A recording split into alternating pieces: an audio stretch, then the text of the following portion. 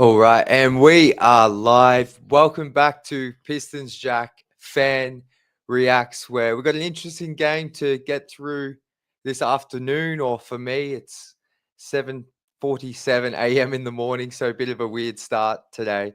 But I've got my man Cody joining me up first in just a moment. Then we'll go to Tom all the way over in South Korea, then John in Switzerland.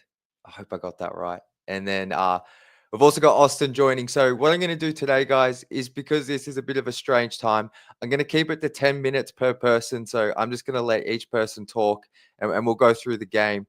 And I've got about probably max 50 minutes to an hour here. So there's a little bit of space at the end if you want to jump on. But I'm going to bring up Cody now. How you feeling, man? Not too bad, not too bad. I mean, that was the most weird and boring game I've watched all year. Yeah, that was just weird. I mean, I only caught very briefly JB's press conference and the start of JD's, but yeah, it doesn't seem like they're very happy at all with the game. So I think that makes me feel a bit better. They started Yeah, I really mean, well, but JD kind yeah, of admitted I'll in his, turn it to you. yeah, JD kind of admitted in his press conference they just weren't playing hard, and you could see that in the start of the fourth. They just were on cruise control. And I've said it before. This team's not good enough to go on cruise control. They're not the Thunder. They're not the Celtics. They're not the Grizzlies, the Lakers. Like they're not good enough to. I mean, they were in last year. They were the team. Teams went on cruise control against. Like I don't want them to get in that habit of thinking, yeah, we can just, oh no LaMelo today, we can just pack it in. Luckily the starters came back in the end and finished it, but I mean, pretty subpar effort for sure. Yeah, I'll be honest, I never felt like they were going to lose that game. And it got all the way back to like 9 points, I think. And then I was like, okay, this is a bit close. And then at one stage it was 2 points. And I was like, all right, Cade's turning it over. And I'm like, they're not going to lose this, surely. I don't know. I'm not like you. I agree with everything you say. I'm not going to lie, though. This isn't something that really concerns me too much for the rest of the season. Obviously, you don't want to see it. But like, I don't know. I saw some people saying they did it against Philly. Which they kind of did, but I don't know, man. I thought they started the game really well. They were horrible in that fourth and some of the third, but I don't know. You DM'd me in before the game and said you had a heap of positive stuff, so I'm guessing that was about before this game. Yeah, that was before because I don't know if you noticed that. Yeah. I changed the name on Twitter. I gave it a long time. I changed the name on Twitter from Forget the Pistons to Not Your Same Old Pistons. I gave it 50 plus games. I wanted to make sure that they slipped. I wanted to make sure they didn't slip. So that was but that 76ers game really showed me something. Like no Cade, national TV. People are talking about before the game, oh, they're going to get blown out on national TV. This is going to be a disaster. And then they go in and just absolutely stomp the 76ers at full health. And I know the 76ers aren't playing well. So I don't want people to misconstrue this of like, oh, like I'm talking it up like they beat the Celtics by 30 at home, or something like that. They beat a team that's in a very bad place right now, who look disinterested after they started getting blown out. But either way, it's still like the team last year obviously wouldn't have done it. And I don't know if the team 20 games in this year would have done that without Cade. I think they're growing up and they're learning each game, and I think it's nice to be proud to root for the Detroit Pistons again. Yeah, and I guess my follow-up was going to be, has this game taken away anything from how you felt? No. I just don't, because they have a stretch right now where it's a ton of winnable games. Like I just don't want them to think that they can come in and just like take teams lightly. And I think based on the press conferences after, JB was heated. He seemed a bit perturbed. Like he was not having that effort, and he did not like it. So I'm not saying it's going to be a concern going forward. I just didn't like it today because they're going to have more games like this coming up, like the next two against the Bulls, and then after the All-Star break that are winnable. And I just don't want them to think, oh, we can take nights off because every win's going to matter. especially like I was hoping the 76ers could throw us a bone today. It doesn't look like they're going to. But like Giannis is hurt right now. He's going to be out till after the All-Star break. They still have a few more games. It's like if we win 2 against the Bulls, the Bucks drop a game or 2, like then you're starting to creep up on the Bucks. And I'm not saying we'll catch the Bucks long term because if Giannis is there, they're obviously the better team.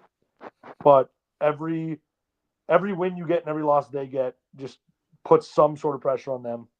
And who knows if it's even pressure to them because they're all vets and they could say, well, what's it? We don't really care for the 6 seed or the 5 seed. We can still do whatever we need to do. But I don't think it's a concern going forward. No, I agree. Like, it's a bit disappointing, but it's like at the end of the day, I've got that final score wrong, guys, on the bottom there. I was rushing too much. They won 112 to 102. So still just get the double-digit win, even though it probably didn't feel like it towards the end there. Is there anyone that in particular that stood out tonight for you, or this afternoon, I should say? Asar, Ron, both those guys. Like you just see what the future can look like when you watch those guys play. For sure. Asar needs more minutes. I'm sorry, but he's still on a minute restriction. Because I was talking to Koo, and I was like, why is he playing more minutes? And Koo said that he's still on a minute restriction. Yeah, but I think it's 25 minutes. And I know I'm being very, very particular here, but he could have come in earlier, I thought, in that fourth. Because as soon as he came back in, I know there was a couple of turnovers, but I felt like he changed the game a little bit. Oh, no doubt. Yeah, I just know that they're like not they're still being strict about the minutes. So, I mean, how many minutes did he play today? 23. Yeah, I mean, could he have played 27? Sure. I mean, this game was weird. Like I kind of shouted out at the beginning, this game was weird. I think Asar plays more minutes in a game that's more tightly contested throughout the whole contest. I think, but like this game, at one point they were up 28, like cruising. It was like maybe JB was thinking we don't need to play our starters because how many minutes did Cade play? He ended up playing 37 and a half. Jesus, that's way too much for this game. Because I'm pretty sure he put all the starters but Asar back in it with like 9 minutes to go in the fourth. Yeah, it was getting a little ugly there for a second. So yeah, I didn't think Cade played that many. That's way too many. I mean, this is a game where, in my mind, Ron should have had 30 minutes in an ideal world where they played 48 minutes of basketball. Like Ron should have had 30 minutes tonight. No, I think Ron Asar stood out. I actually do think that I know I saw people on. I think the Dennis minutes were positive. He's obviously brand new, but I think you saw in that second quarter like how much more organized the second unit was with a real point guard out there and not Sass. I think that'll only grow and continue to grow. And obviously he hit that huge three in the fourth to kind of put some distance. Obviously wasn't like a super amazing game by him. I mean, but I think the vision is the vision you can see. The second unit looked more organized. Yeah, no, for sure. I'm not. Yeah, he had a couple of air balls, I think, and like he's clearly trying to find a rhythm. So but I agree there when he came in, right at the end of the first, and like you said in the second, they were clicking, they were hitting shots, and then I mean, yeah, I'm really excited to see what he can bring. I want to. Thoughts on Jalen Duren's game? He had 7 assists last game, 6 tonight. Like plus 10. Like, just your thoughts on him because I don't think he was incredible tonight, but he was really, really good. And I feel like from where we were when you and I were chatting earlier in the season about starting, I don't think you ever said starting Stu over him, but there was such a difference between those two. I did. I said, yeah, well, I definitely said start Stu. I just didn't want to put words in your mouth. But I mean, it's pretty cool to see where he's gotten to as a player. Yeah, I mean, it does help that he's had obviously like Embiid is really hobbled. Like I think when you watch Embiid play defensively, he's just a shell of himself. He can't really move laterally. I think, like I've said it before with JD, and I'll say it again, when he has a good matchup, he's going to shine. Like today, Taj Gibson, for a while, Yeah. Musa, who's not as big and as strong as him. Like when he has those matchups where he's clearly the bigger, stronger guy, he thrives. And it's another matchup where the big is no threat to stretch the floor at all. So it's like some of my concerns with Durant are still there, obviously. I think they are with most people, but he is playing way better. I will give him credit for that. He is playing way better, and the energy seems more consistent night to night, which is also good. So, I mean, he's taking steps in the right direction for sure, and I'm happy with where he was at the beginning of the season to where he is now. It's night and day. He is playing much better basketball than he was the first 20 games of the year. No, absolutely. And I got a couple more minutes here, Cody. Two things. Were you surprised by Cade being in the 3-point shootout? And then secondly, just a prediction for these next two games before the All-Star break. I thought maybe it was more likely he'd be in the skills competition with somebody, but yeah, he's not going to win a 3-point contest, and I wouldn't be surprised if it's a bad showing. Like it's like Really? Cade goes out there and he's like one of the worst in the whole competition. Would not shock me at all. He has no lift in his jumper right now, and I know it's just like practice shots in the 3-point competition, Yeah. but I mean his shot looked rough today. Yeah, So, I was just shocked, Beasley. Like, how is Malik not in that? well, because Cade's I'm in the happy for spot. Cade. I know, but like, I love Cade, but I'm just like, Malik, that's Malik's spot. I feel bad for him. I mean, yeah, I get it, but like if you're Cade, you're like, why wouldn't I take advantage of this? Oh, 100%, 100%. I'm just saying, like, whoever chose like Cade over Malik, I know Cade's a bigger name, but No, Cade anyway, gets I was first just option. shocked. Cade can choose, like if they have open entrance in the field, like all stars get first Yeah. dibs. No, So it like makes sense, I he guess. can I was he just can surprised. yeah, no, it should be Malik. Malik would have a legit chance of winning it. But Yeah. Cade's doing what he should. I mean, it's his first All-Star appearance. I don't care what he does. I just hope he performs better than I think he will, because I think it's gonna be a quick night for him that night. Let's hope not, but yeah, I could see it. And then prediction for the next two games, they should win both. The Bulls roster is the worst. Is the worst construct. It's not the worst roster in the NBA, but it's the worst constructed roster in the NBA. They have 7 point guards, like 3 wings, and 1 center. Two centers. Vooch is still there, so 2 centers, 3 wings, and like 7 point guards.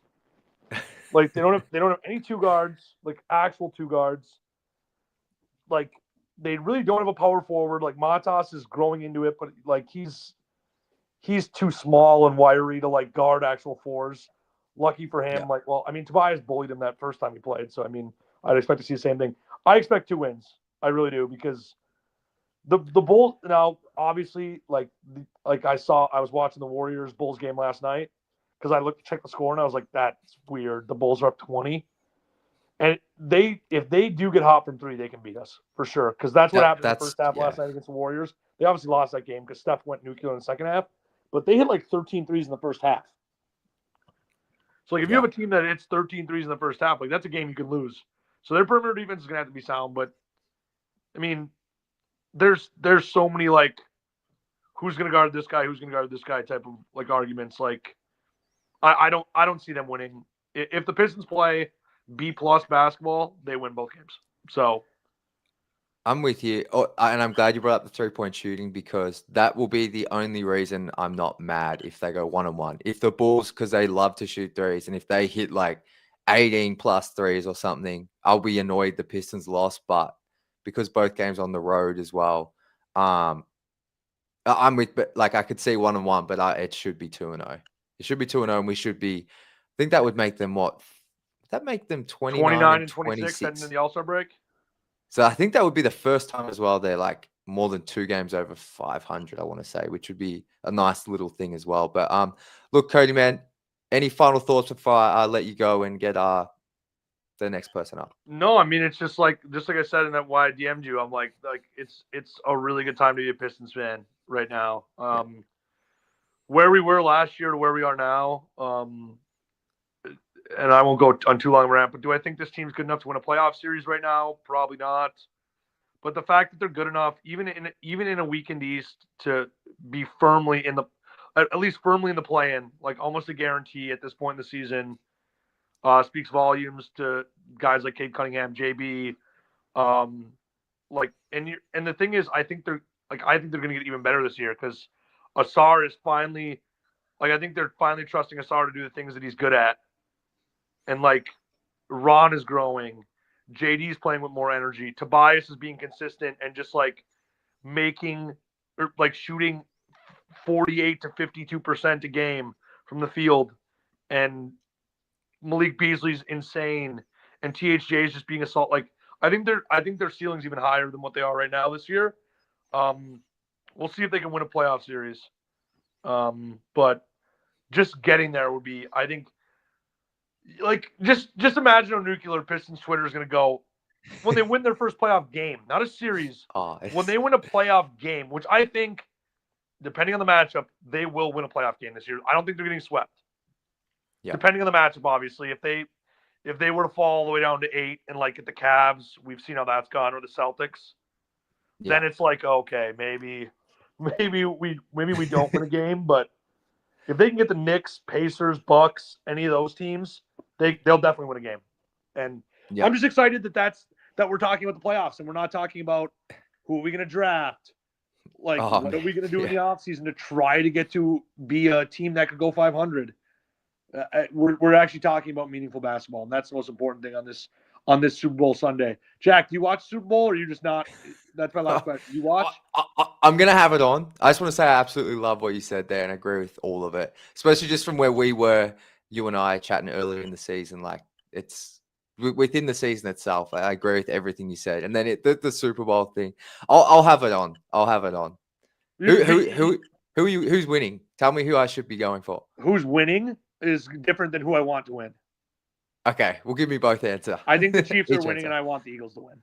But I'm just so sick of the Chiefs winning every year. But Patrick Mahomes sold his soul to the devil a long time ago, and they have the devil magic on their side.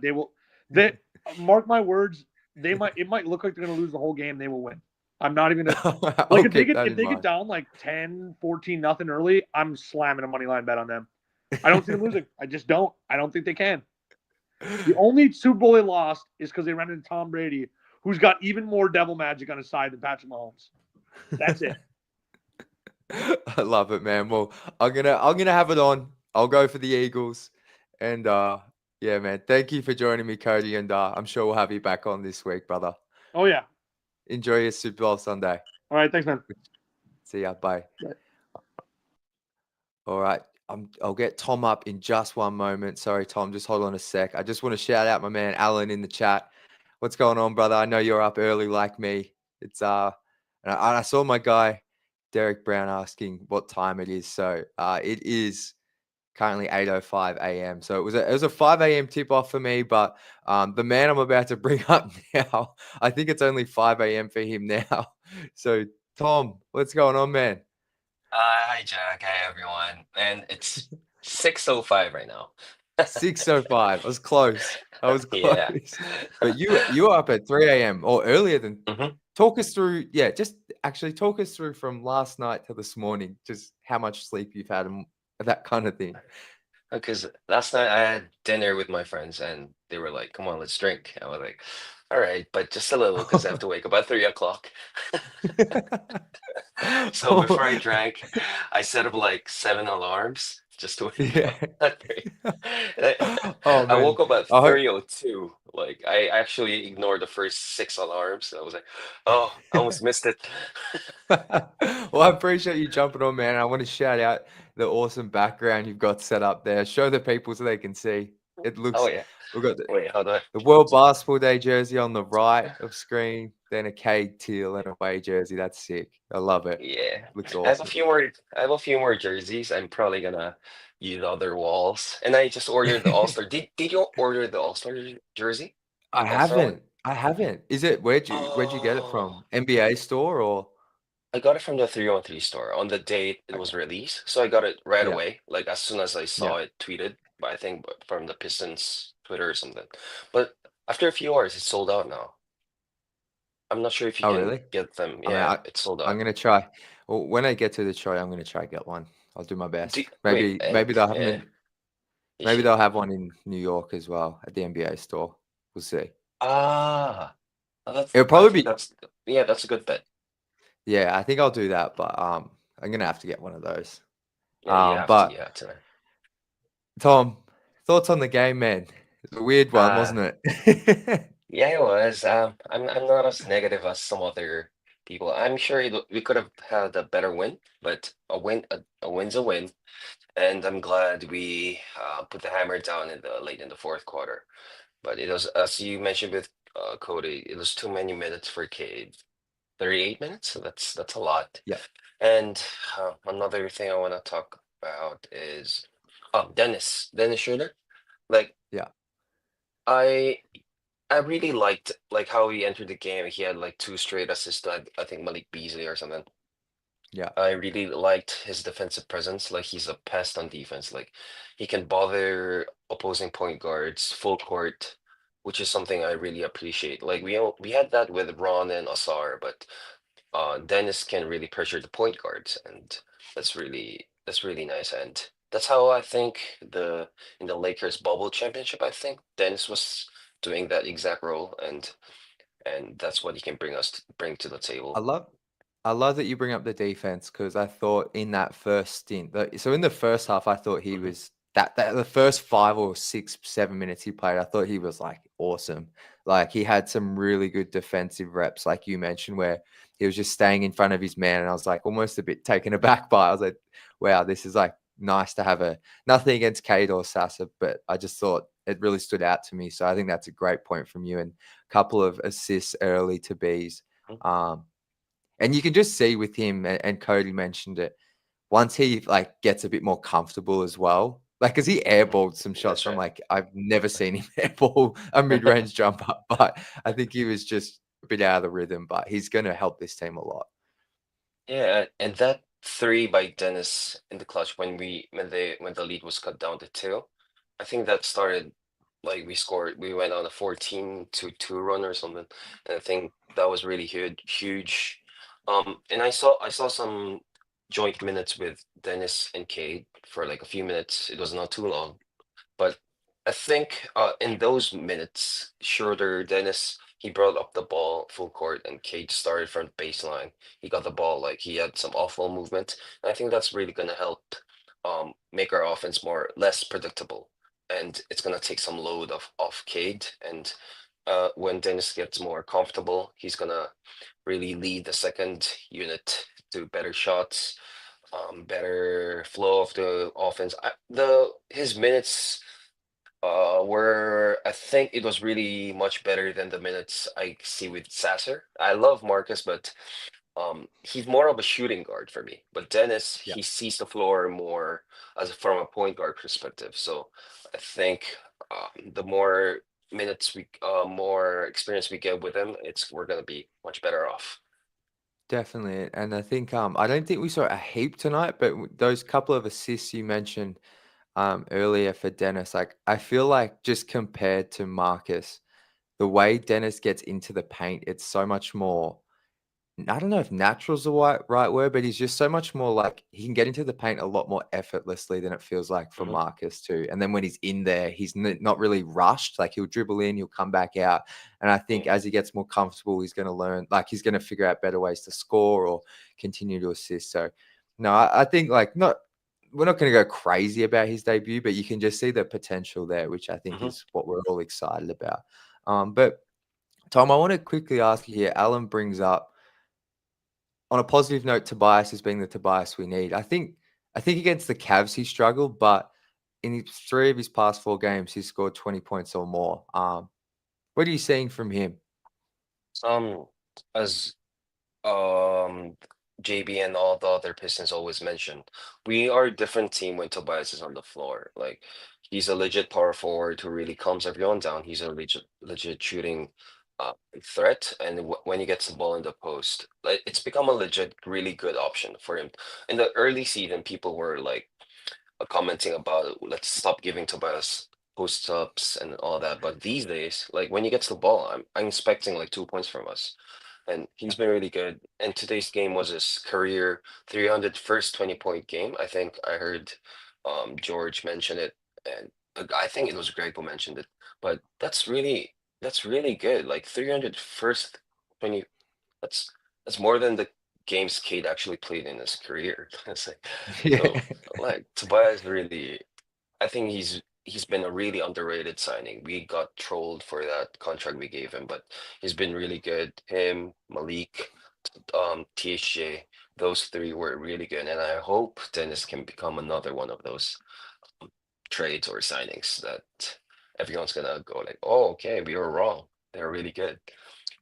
No, I think I agree. I think Tobias, and I'll have to double check this, so I'm sure someone might correct me if I'm wrong, but if you look at like on off numbers, especially amongst the starters, he's always been like one of the best. And that might be because he plays a lot of minutes with Cade, but even when he's struggled, his impact, he just helps this team win. Like, and now I feel like more recently we're starting to really see the numbers like align with his impact on winning. And I'm with you on the post shot as well, like the turnaround. Like Mhm. the only time I didn't really like it was when I thought they were like kind of forcing it to him, but like when it's in more of the flow of the offense, I absolutely love that shot. Like that's his go-to shot, and like you said, it feels like it's going to be 2 points way more often than not. But Tom, probably got another 5 minutes here, man. I just want to Yeah, sure. turn it to you. Anything you want to talk about? You want to talk about, because I didn't do a fan reacts after the Philly game,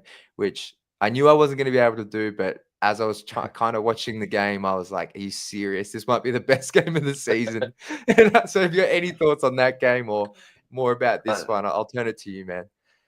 that game, I really loved it, especially the first half. Like Yeah. Tobias was killing it, Kate was killing it, and we were just running them out of the building. And I think somewhat it was somewhat similar to this game. Um, we were blowing them out first half, and the second half they catch on, and then we put the like hammer down on them.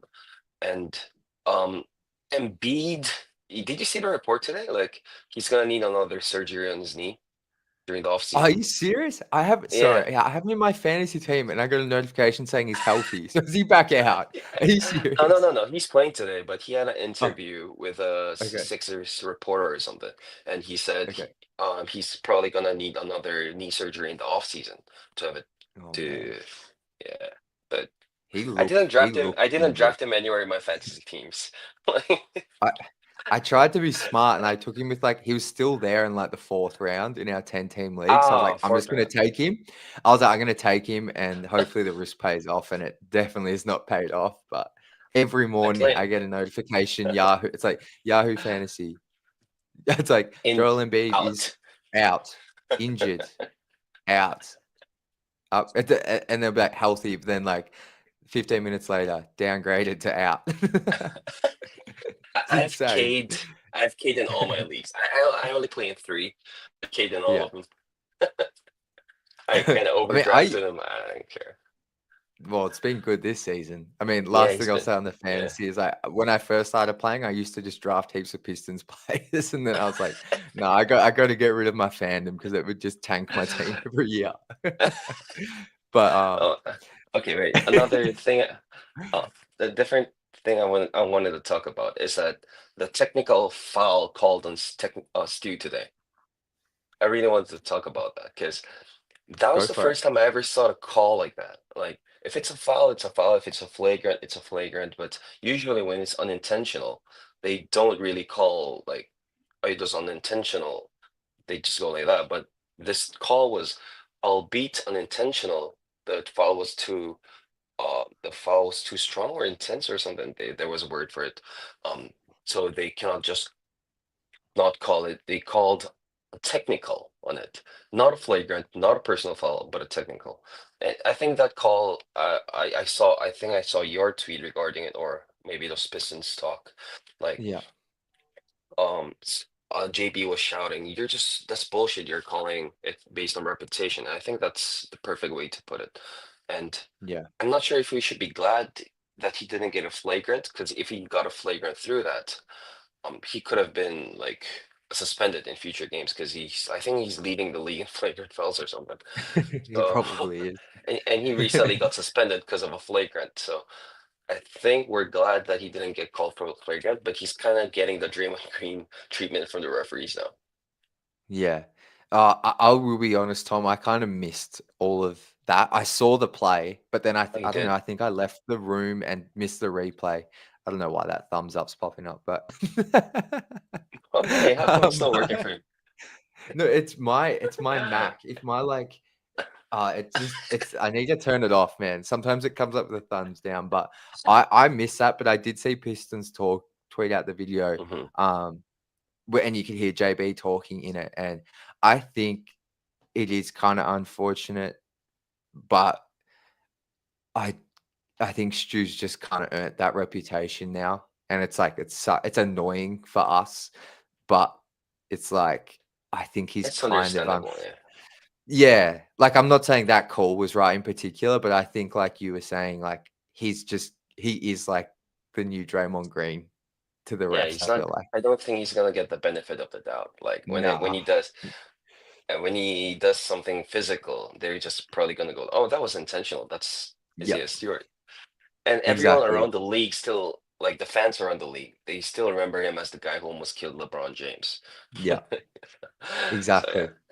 No, because it's like you talk to anyone, most people outside of Detroit, like as in fans, if you talk to someone, they just think Stu's like a mixture of dirty slash like a psychopath. Like, but I mean that they don't actually watch him play every game like we do. And more people are starting to watch the Pistons and see like Stu's impact. He's not just this like guy that goes searching for fights. Like he's not really that at all, I don't think. But um mm, yeah, the general consensus, if you don't watch Pistons, is that he's just like this maniac that can't hoop, but he's actually like quite good. yeah. But yeah, One thing you don't really see about Stu, like I'm not sure if I'm sure you did. If there was a video that the Pistons Twitter posted about him like helping out kids with Dwayne Casey, yeah, like talking good about him.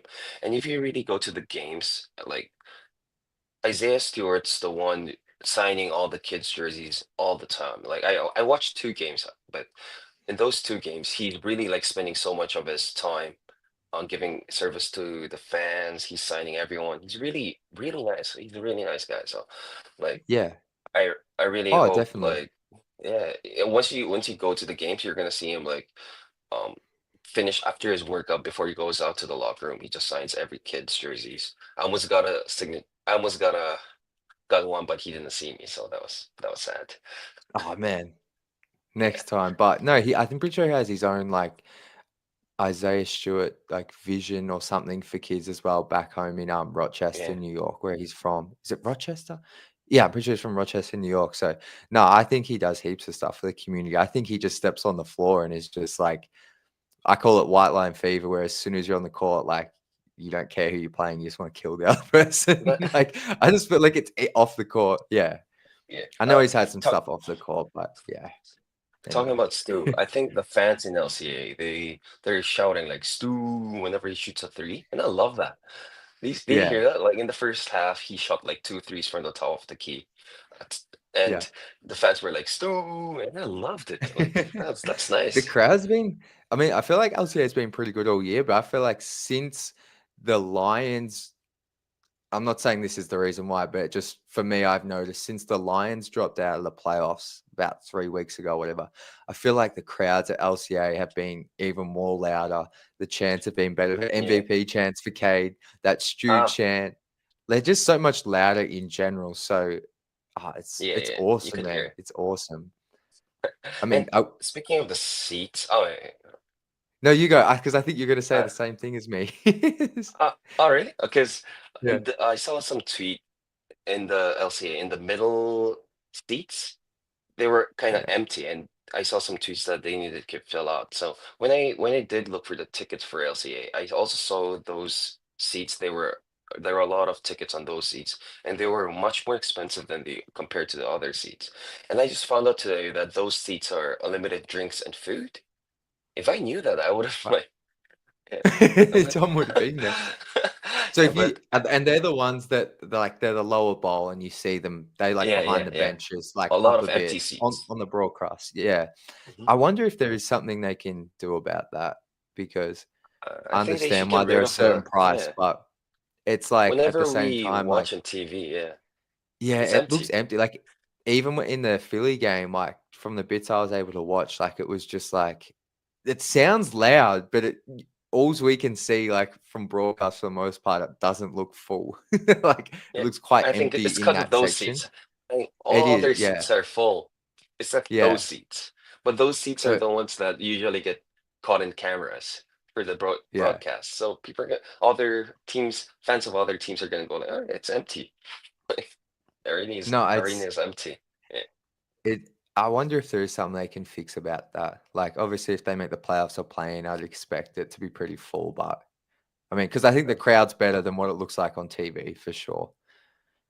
But Tom, any final thoughts before I let you go, man? Maybe get some. Are you Okay. gonna get some sleep, or are you gonna go stay up for work Nah, now?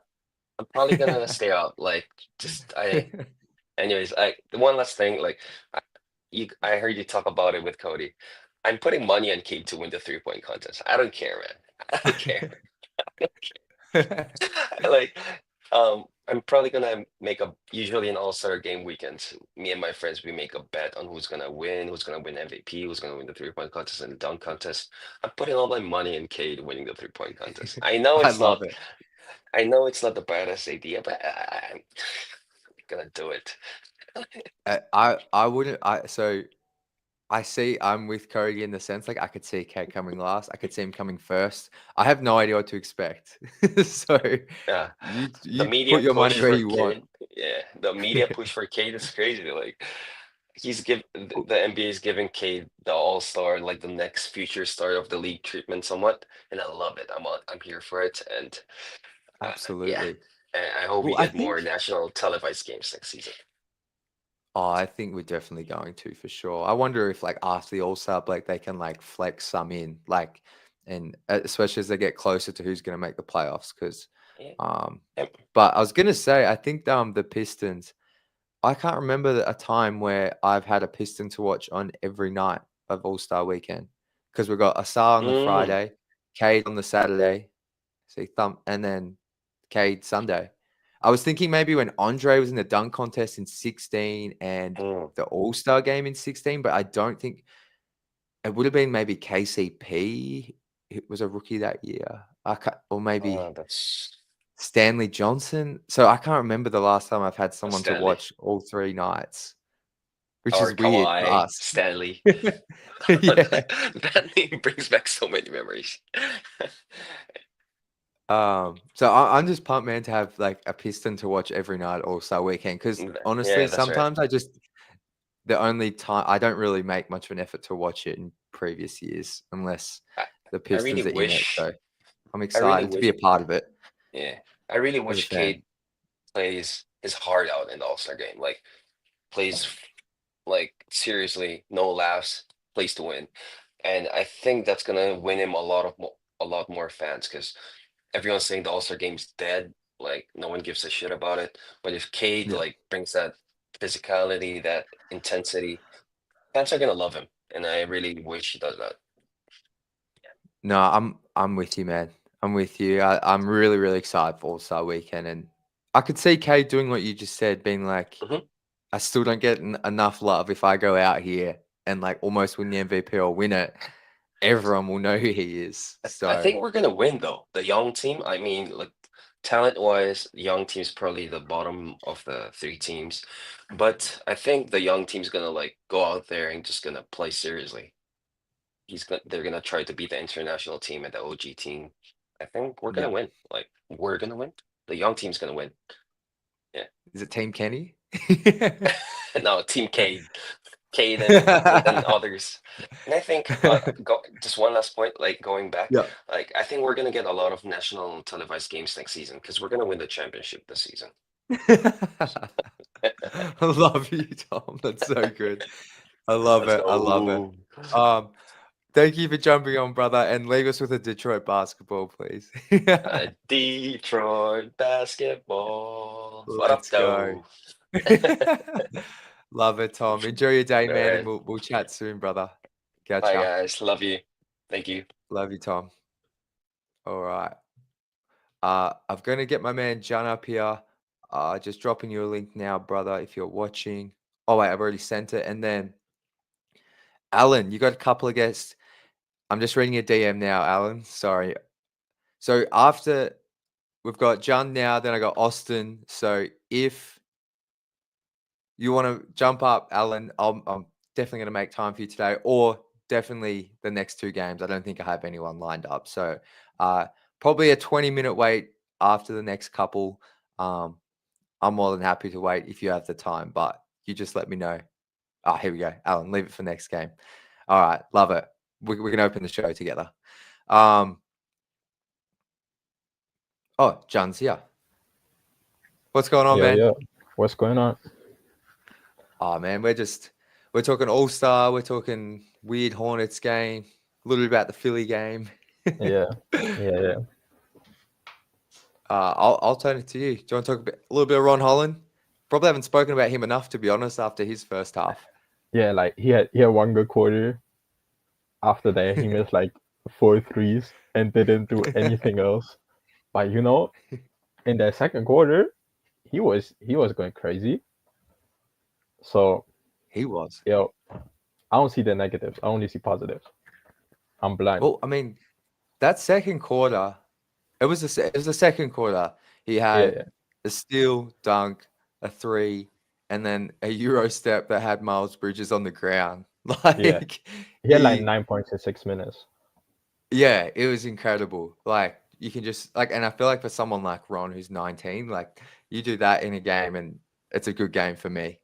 I'll turn a blind eye to those 4 missed threes in the second half because we don't care. I just he's just so exciting, man. Like I feel like I can't remember, someone tweeted it out during the game, but like just how I'm not sure if you remember like Ron in the first 5 games, or I kind of think back to him in Summer League where he just would often look quite out of control and just way more really chaotic. forcing things. Yeah, and like now you look at him and all his misses tonight are from 3, like which you want to see that better. But it's really cool to see how far he's come. Yeah, definitely. Like he has stepped this game up in comparison to the start of the season, definitely. No, it's just like that Euro step. Like I don't know if I don't know if he might do that early in the season, but I feel like it's after like 3 or 4 crazy drives that are like out of control. Like where it's just like he's just playing much more in control now. Like no turnovers tonight, or maybe sometimes one. But there still are those crazy, insane drives where you just run into 3 people, but now he just passes. He just passes out of the zone, so he doesn't try to force up an insane shot while being guarded by the whole team. He just searches for an open man. While at the start of the season, he just pulled up. He didn't care. He just shot that. Exactly. No, he's been awesome. And do you have any other thoughts on this game today? Yo, I want to give some Jalen. I want to give some Jalen Duren shout outs. Go for it. My playmaker, his playmaking has stepped up. He had like 6 assists and 1 turnover today. He had 7 assists against Philly. I feel like, he's always been like an above average passer for a center, but recently he's really, really stepped it up. I don't know what's happening. He just knows how to pass suddenly.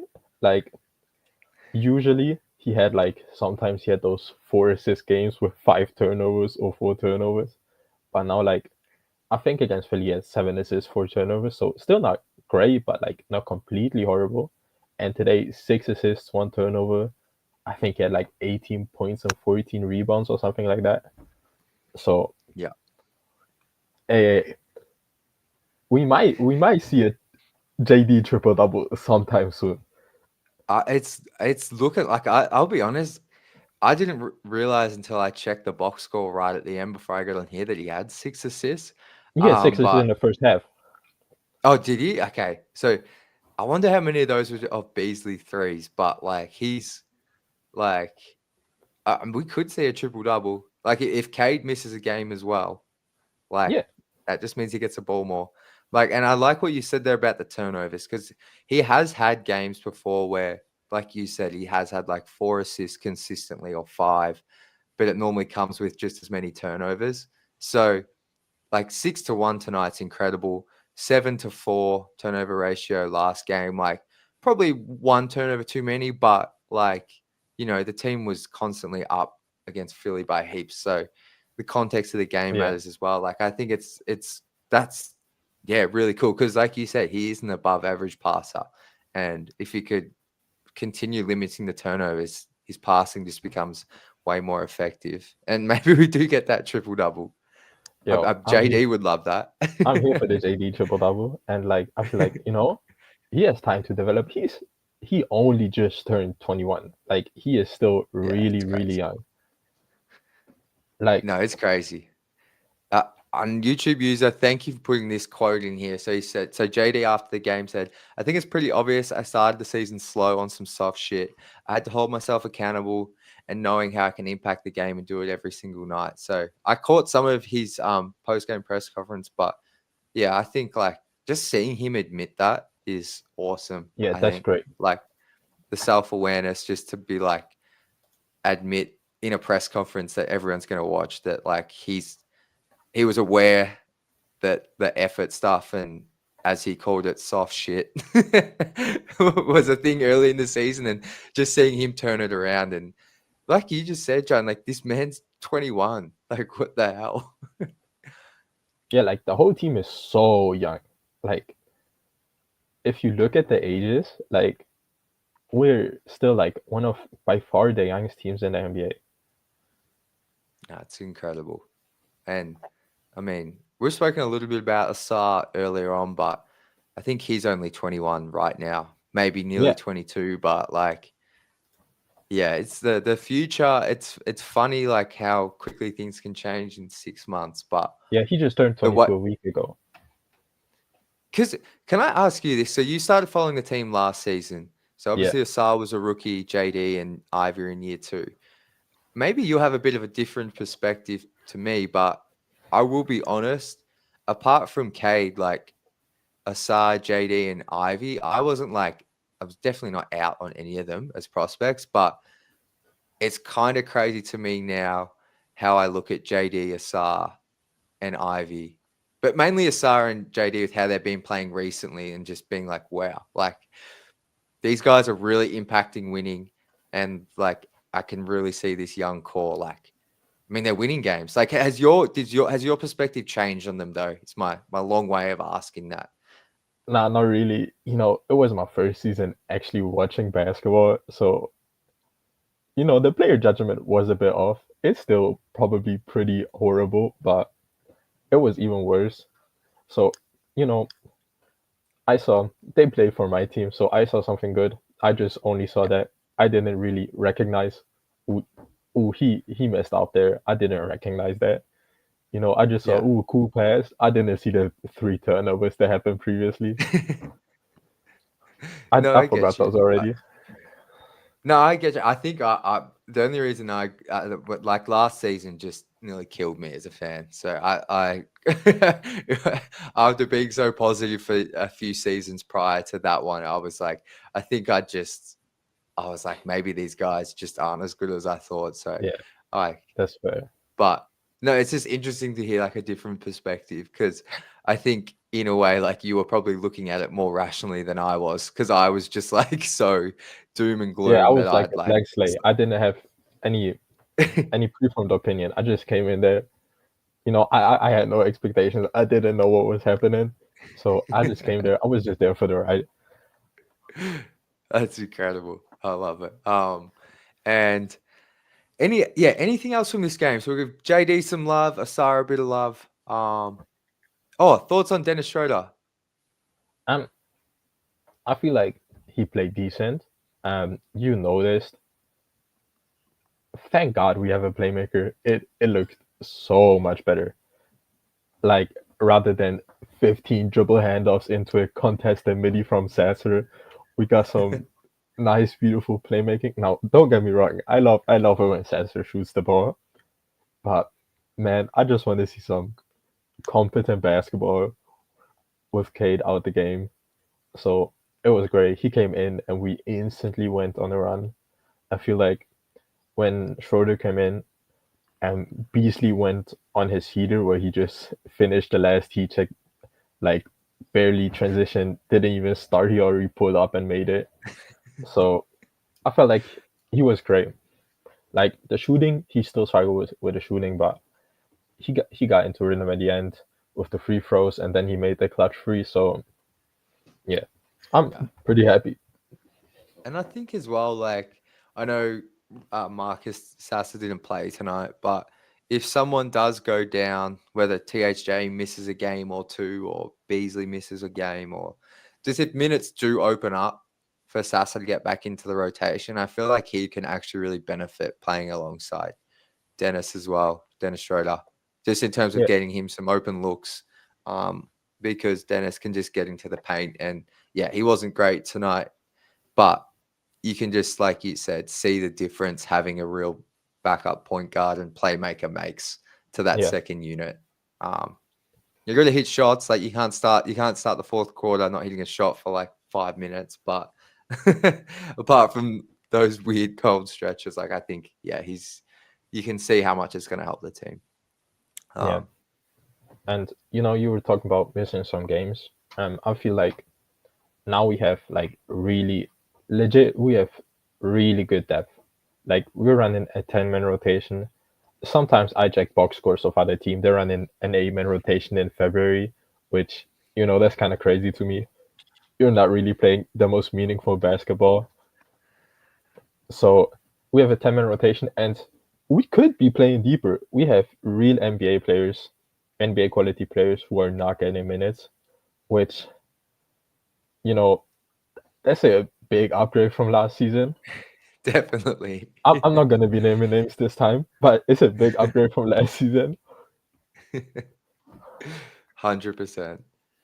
I mean, look, Paul Reed last game, doesn't get any minutes tonight. Marcus Sasser didn't get any minutes tonight.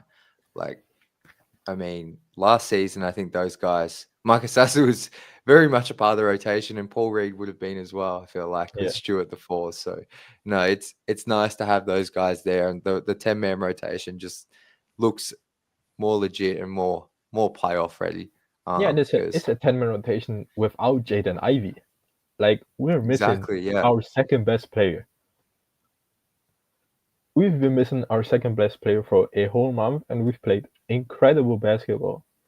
Like, sometimes I just kind of forget it that we are missing 18, 5 and 5 or something like that. Yeah. By our third-year guard, by our secondary ball handler, which, if you just imagine Jaden Ivey in this team, it looks so much better. Oh, I think I'm with you. I forget that JI is on the team, because I've gotten so used to this team just being how they are. Like from when did JI get injured? Like early January, like the past 4 and a half weeks. First of January. Yeah. I've just gotten used to now Sass starting and then Beasley off the bench. And Sass being the backup point guard, that, you forget that we're literally missing our second best scorer.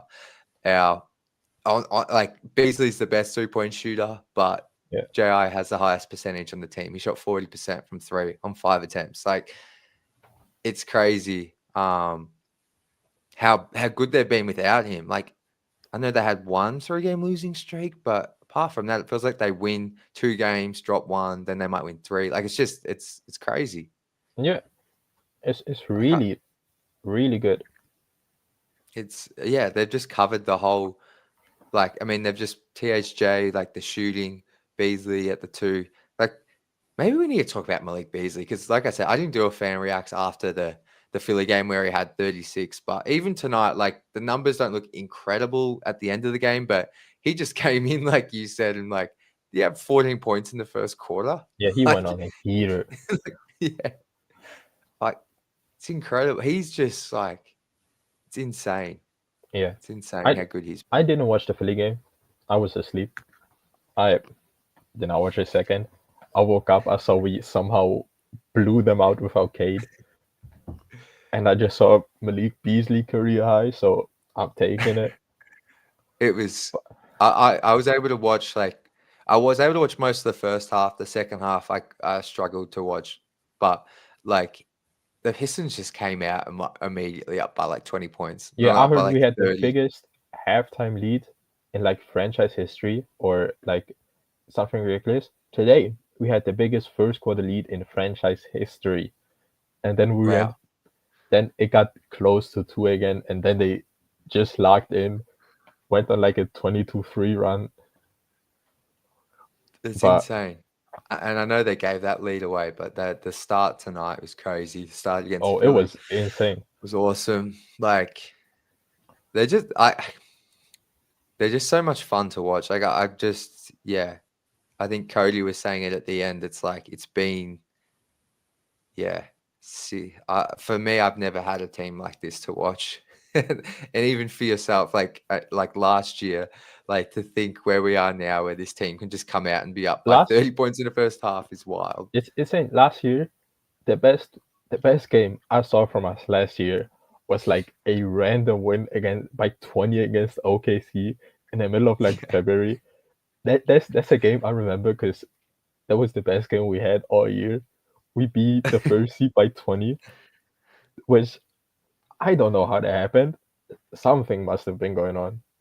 But maybe OKC. I remember that game. I remember JD outplayed Chet, and I was like, "What is going on here?" No, it's I'm looking for insane. It's funny that you can remember that so well because there's so few and far between. I think like one of my favorite games of last season was in a loss, but Cade played really well at Madison Square Garden, and then there was that crazy play at the end where Asar got Lindy fouled. Waters played against us in that game. I have watched way too much Lindy Waters in my life. I have deep involvement with Lindy Waters since I started watching the NBA. Oh man, well, John, any final thoughts, my man, before I let you go? Or we're gonna keep going down the rabbit hole of last season? Yeah, it always we start off good and then at the end it's always off topic. I'm just looking at this box score. Duran had 22, 21. That's enough. He outplayed Chet Holmgren. He's clearly better than Chet Holmgren. That's all we need to know. I'm gonna go before I say some stupid shit. Nah, you're good, man. You're good, brother. Well, yeah. Anything else, or are you done for today? I'm done. Nothing productive is coming out of me today. The final thing, what time check for you? Because I know this is a weird time for me here in Australia as well. It was so nice today. The game started at 7 p.m. It's 10:44. It's a beautiful time to watch basketball. I don't have to wait till 2 a.m. for the game to start. It's so nice. Well, man, we love your dedication. I'm glad you could get a game time that works for you. And thanks so much for jumping on as usual, man. Yeah. All right. We'll talk soon. Catch ya. Yeah. Bye. Catch ya. All right. Just going to bring up Austin now. What's going on, man? What's up? I'm coming at you with stats today, man. Let's go. Just some quick stuff I just did actually while I was waiting here. Let's go. Fire it off. In the last 6 games, which I feel like they've been playing really well, they've averaged 30 assists on 45 made baskets. They've turned the ball over 12 times and averaged 16 turnovers for them per game. So they're turning other teams over more. They're assisting more on made field goals, and the assists actually that's just in the last 6 games, but in the entire season, Denver's actually leads the league in assists per game at 31.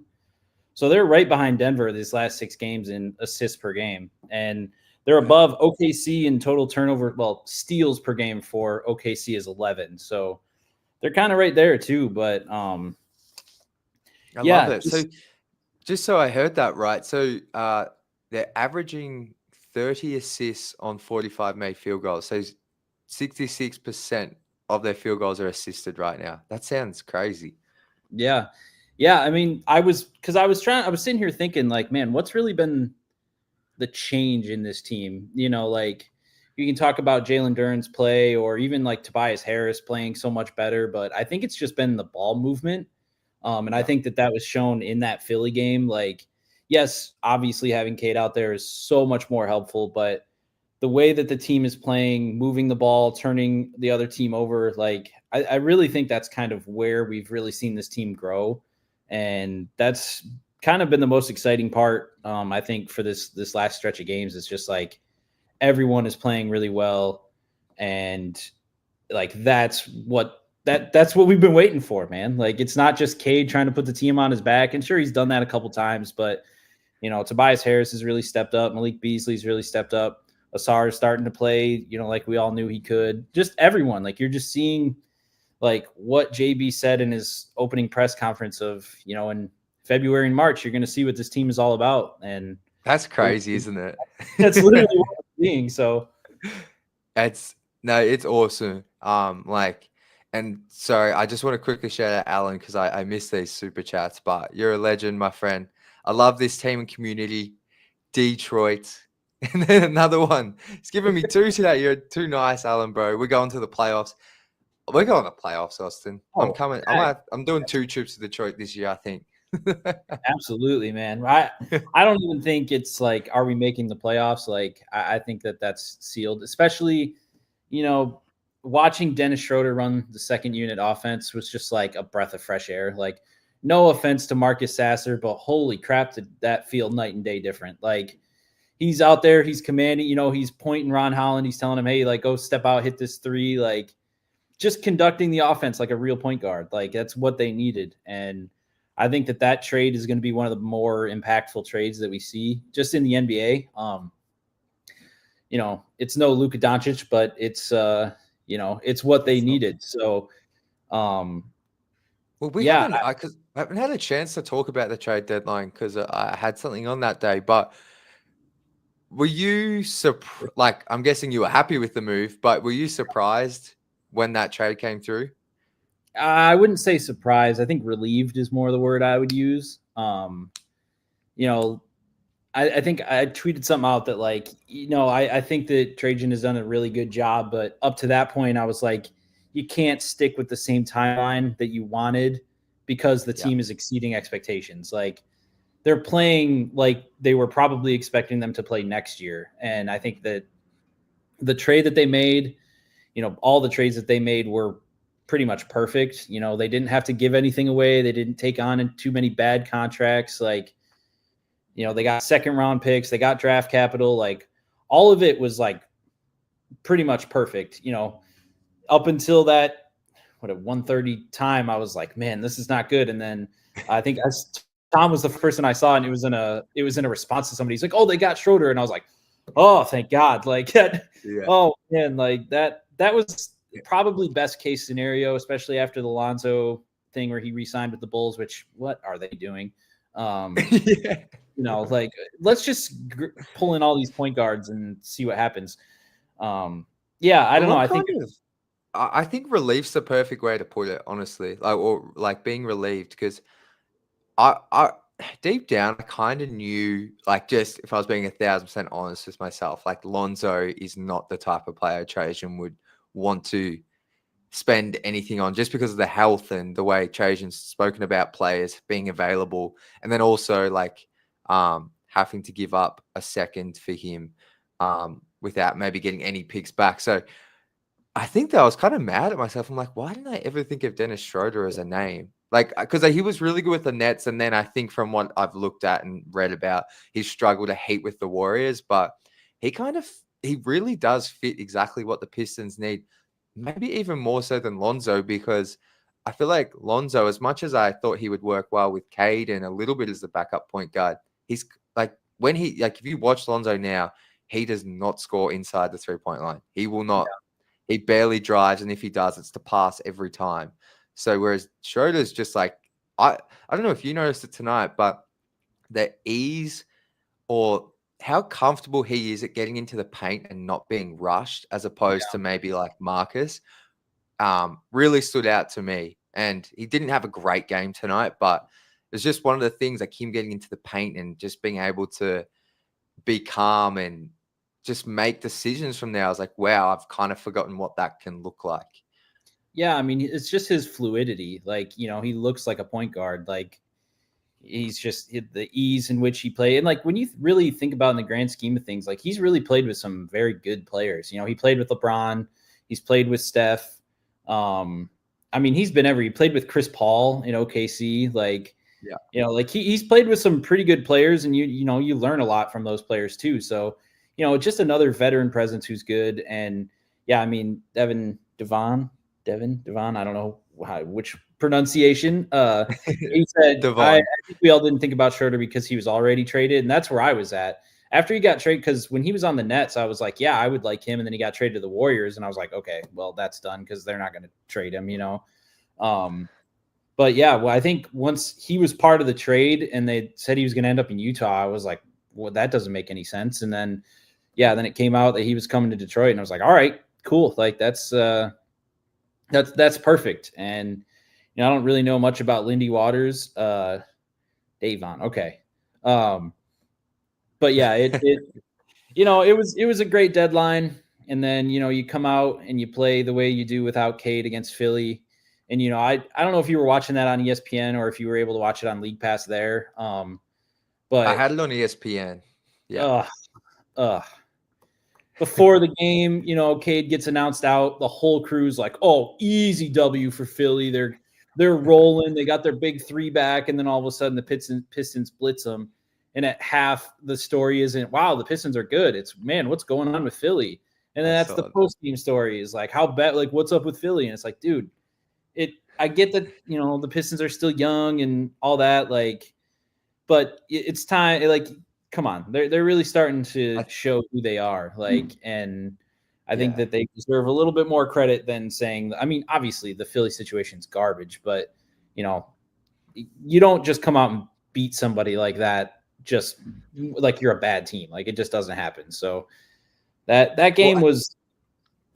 Go ahead. I love and that's the thing. Like that storyline stuff annoys me, and that's why, like, honestly, like, as much as I want national TV games, like, at the start, whenever they've had them in the past, that they never actually know. They, like, no one watches the Pistons enough to actually be able to talk about them in a way that's going to resonate with us. So it's probably going to take them a while to get that respect. And I'm not saying that you weren't saying that, but like, it's frustrating. And like, I saw that halftime story. It was just like, it was one dot point. It said 76ers struggles or something, did it? Or something like that. I think I might actually still have the picture because I was like, this is ridiculous. Let me see if I can find it. Maybe I deleted it. But it was just like, it was like one dot point, and it was just like, come on, like, can we get something for the Pistons? But I'm with you on that. But I think what I loved about that game so much from what I was able to watch is there was no Cade. And I think immediately, even with how bad the 76ers have been, like, I was immediately like, okay, I'm probably expecting a loss here. I feel like Philly, like, with their big three healthy, I was just like, surely they're going to win. And then to see the team come out and play like that, and like you said, just absolutely blitz them. Like, they were running them off the floor. Like, our guys looked so athletic, so quick. They were passing the ball, like you brought up with the assist. And I was like, wow, this team is so much more than Cade Cunningham. Like, and I said in the best way possible, like, Cade is obviously the best guy, and he's the best guy by a fair bit on this team, but the rest of the team is so connected. And that's what gives me the faith that they're not going to drop. They're just not going to drop off. Like, they're going to make the playoffs. Like, I just think they are. And if they don't, it'll be because they, have a bad loss in the play-in, like one where they'll learn from it. So, like, that's what I love so much about that game. Yeah. And I think I saw something, they're projected now 42 wins or something. Like, that's what their current projection is. It's like, I remember when the totals came out, and I think it was the total 25. Is that what, 25 and a half or something? I remember, I think it was like 24 and a half. Yeah. Yes. Like what you said. Yeah. Whatever it was. And I was like, man, if I was a betting man, like, I would hit that so hard for the over. Cause like, but then again, you never know coming in off of last year, what they looked like, but that's what they're at. And it's the halfway point of the season, and we're coming. It's like, all right, like, down this stretch of, this month, they've got a pretty I won't say easy, but not super hard schedule. I think the end of their season is kind of tough, but I think they're going to be right there in that 6 or 7 range. Like about to miss the play-in. Yeah, I don't know. It's so wild how he has them playing, and everybody's contributing. Tobias Harris has looked really, really good the last couple games. The beginning of the season, that turnaround was not working, and I think he's pretty much found his place on this team, and now it seems like that turnaround's almost automatic. Like it seems like it's going to go in every time he takes it, and THJ's kind of found his center now. He doesn't get too high anymore, doesn't get too low. He's just kind of right there. I mean, Malik Beasley's just goes nuclear sometimes. It's just so much fun to watch. Like, when he's hitting those threes, it's like, oh man, like this is awesome. Yeah. And just to say this, that trade deadline story came out of him telling Trajan that he wants to be here. Like, that's just not something I would have expected. Like a year ago, if you would have told me, hey, Malik Beasley doesn't want to be traded from the Pistons on a 1-year deal, I would have been like, no way. Like, how did we get there? And that's just, it's great. Crazy. It's awesome. And I think if you had told me, I was happy when they signed Malik in the offseason because I knew he was like a knockdown shooter and like I knew he would help this team. But if you had told me out of Tobias, THJ, and Beasley that Malik would have the most impact by far on and off the court, I would like that would sound crazy to me. I think like I could see a world where he was better than THJ, but like just the impact he's had all around ridiculous. Yeah. Like Tobias has been better lately. THJ certainly had his moments where he's single-handedly like won this team a game or two, but like Beasley's just been like just the way he could come out in that first quarter and like I know Charlotte came back, but he did it against Philly as well, where he just absolute flamethrower, like just turns the game like on its head, and it's just like, man, he's just absolutely destroying the other team. And when's the last guy we honestly had like that, like a heat check guy? The only person I could think even comes close would be like Sadiq Bey. Sometimes he would kind of do that. I mean, he had a 50-point game, but other than that, I can't really think of anybody who can do that at that level that they've had. Those middle 2000, 2009 to like 2015, that was just, those teams were so hard to watch. Like, I don't know. It's like, I was an Andre Drummond fan, but Rodney Stuckey's out there and Jonas Jerebko and, Josh Smith era. Ouch. But no, man, the vibes was great, man. Like there's a big golf tournament in Arizona that I went to earlier today. Got some free tickets, just went out there and hung out for a little bit and then came home and watched the Pistons, and Super Bowl's tonight. So it's a pretty good sports day out here, man. I don't know. Love it. You turn that game on and they're just already blowing them out. And it's like, this was one of those games they're going to learn from. I think early in the season, they were trying to figure out how to win games down the stretch. Now it's how to, when you're playing the teams that are bad, how to just not play to their level. The first quarter they dominated and then they got outscored the last 3 quarters. And, that fourth quarter they're going on a run. The Pistons are kind of scrambled a little bit, but again, that's just another learning experience that happened against Philly too. You got to get out to a big lead and then you just have to figure out how to, I wouldn't even say keep a 20-point lead because I feel like that's just impossible in the NBA, but just maintain a 10 to 15 point, they're going to go on a 10-point run. Okay, now let's do ours. And they kind of did that at the end of the game there. And it was good to hear JB come out and actually kind of be mad that that's what happened. And JD take some accountability and stuff. Like it's, things are looking up for sure. Yeah, I think that's a great point from you though about what stage they're at, because you're absolutely the first 20 games or whatever, it was like, how is this team going to learn to close games? And now it's the complete opposite, where it's like, how can they maintain leads? And I wasn't frustrated at all until that lead got below 10, and I was like, okay, now this is actually bad. Like this is not just momentum from the Hornets. This is the Pistons really have just taken the foot off completely. But I mean, they end up winning by 10. I think they got it back to 15 for a minute there. And then just to hear JB come out and say, like you said, I think he said, yeah, you can't lose the last 3 quarters. So they're obviously aware, because I feel like JB after some of these games has come out and still kind of praised the effort, but I think obviously that wasn't there in the second half of the third and the fourth. So they still win, plenty to learn from, like you said. So I think this is a game we'll never even think about again, and there's still some positives in it. So it was wild.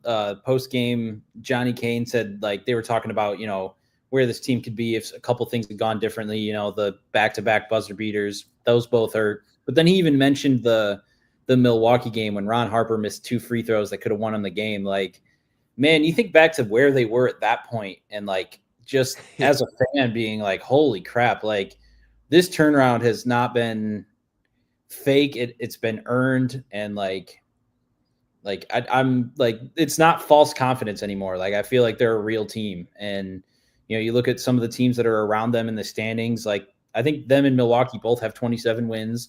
I mean, the Pistons have played 3 more games. The Pacers have 29. Like, they're right there with everybody. And unfortunately, we don't get to play the Pacers again. Would love to. I think after they lost to them last time, the conversation was, would you rather play them or the Knicks? And I think at the time I said the Knicks, but I think I want the Pacers, actually. Really? You've changed. Yeah. Tyrese Halliburton's been on a bit of a heater recently.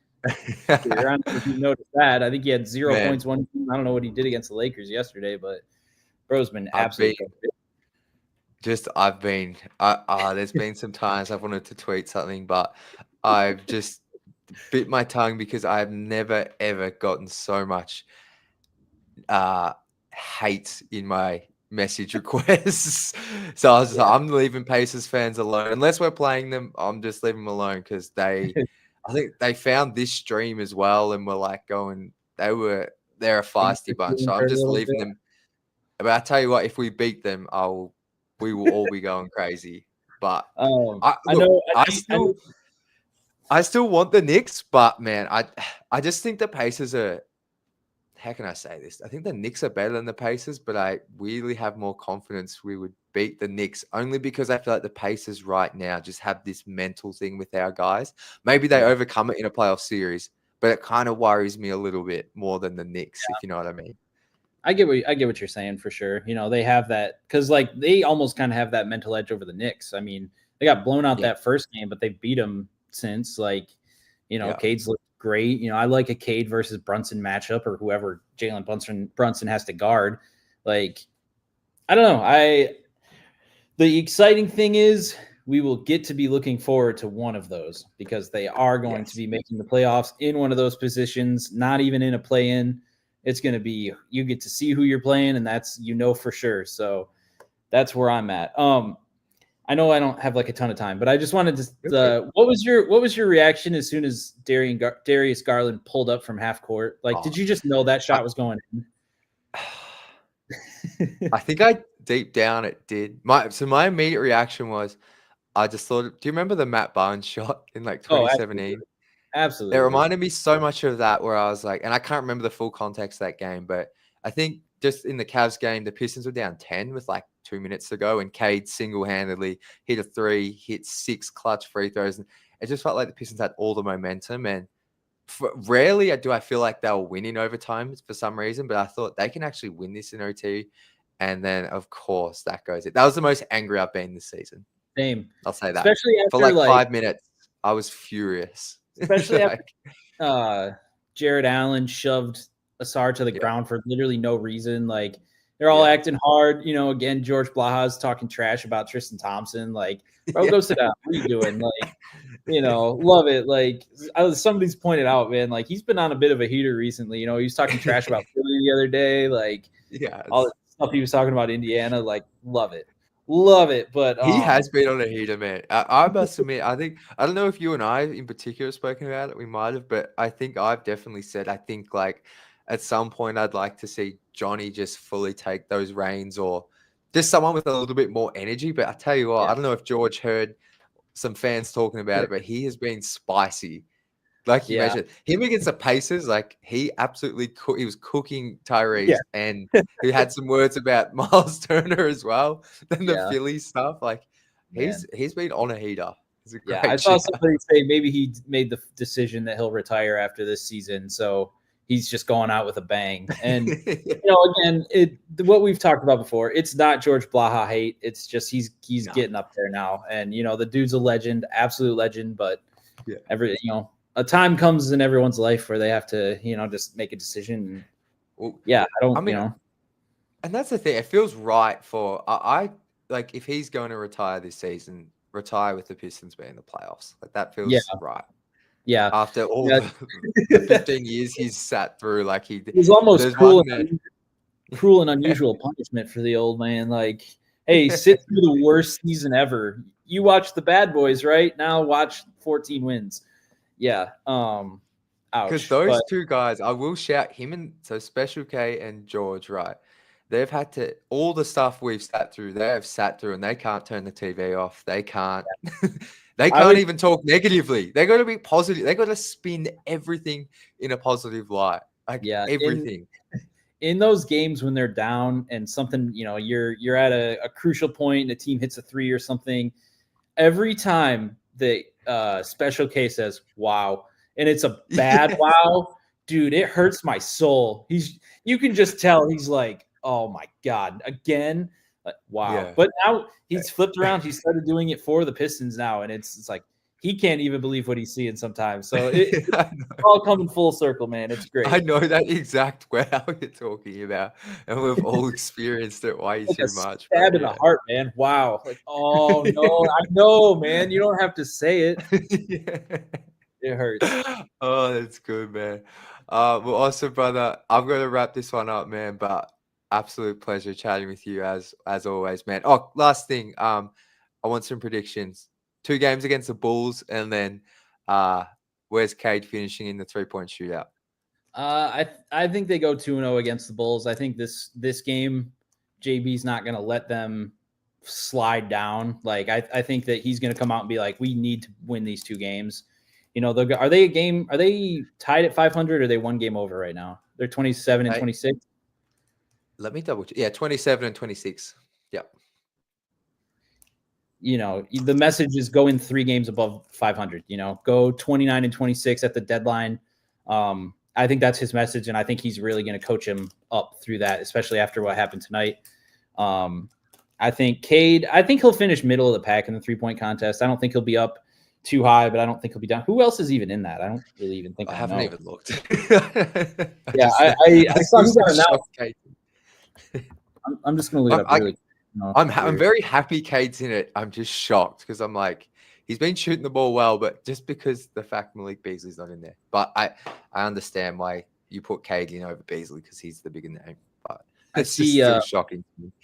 Brunson, Cam Johnson, Cade, Darius Garland, Tyler Hero, Buddy Hield, Damian Lillard, and Norman Powell. So he's beating Brunson. Yeah. I don't think that he'll end. Like, I don't think he'll come in last, but I think he'll just be middle of the pack. And, excited to see what he can do with the team that he got drafted to for the All-Star game. That'll be fun. Yes. Looking forward to it, man. I think it'll be a cool weekend for the Pistons. And sorry, just last thing. Can you explain? I've paid no attention to the All-Star weekend format. How's the All-Star game work this year? I saw the 3 teams, but I can't say I know for sure. I feel like it's kind of. Do you remember when they did the Rising Stars Challenge where it was East versus West and the elite G League teams or whatever? Like, I think it's like that, where it'll be like each team plays each other, and then But also, I don't know if you saw the teams that were drafted. Somebody explained it as there's an old team, an up and coming team, and then like foreign team. It's when you look at it, that's really look, yeah. It's old guys, it's young guys, and then it's all the foreign players. So, got you. Yeah.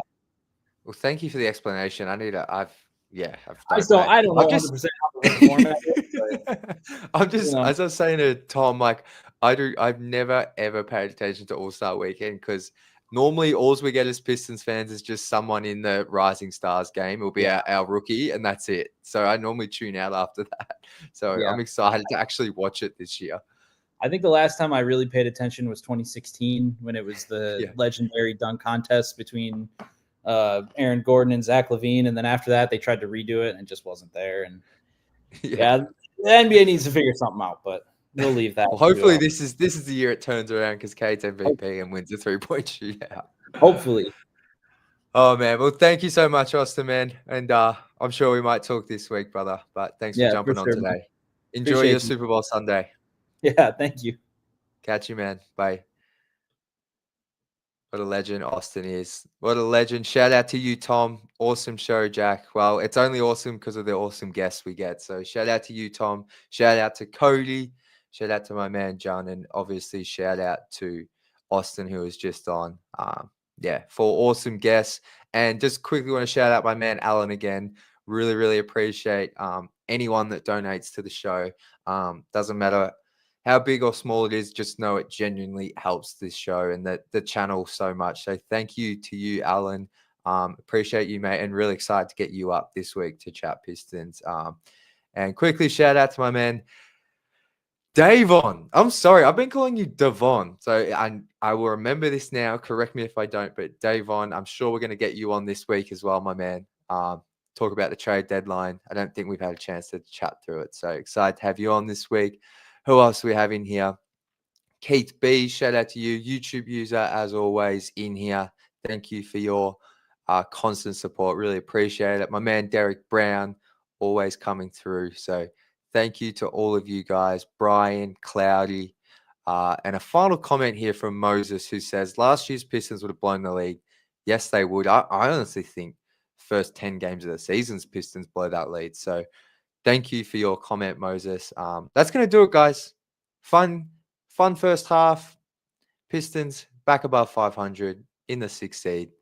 We've got 2 more games this week, and we'll be back to do both of them. So until then, as always, go Pistons.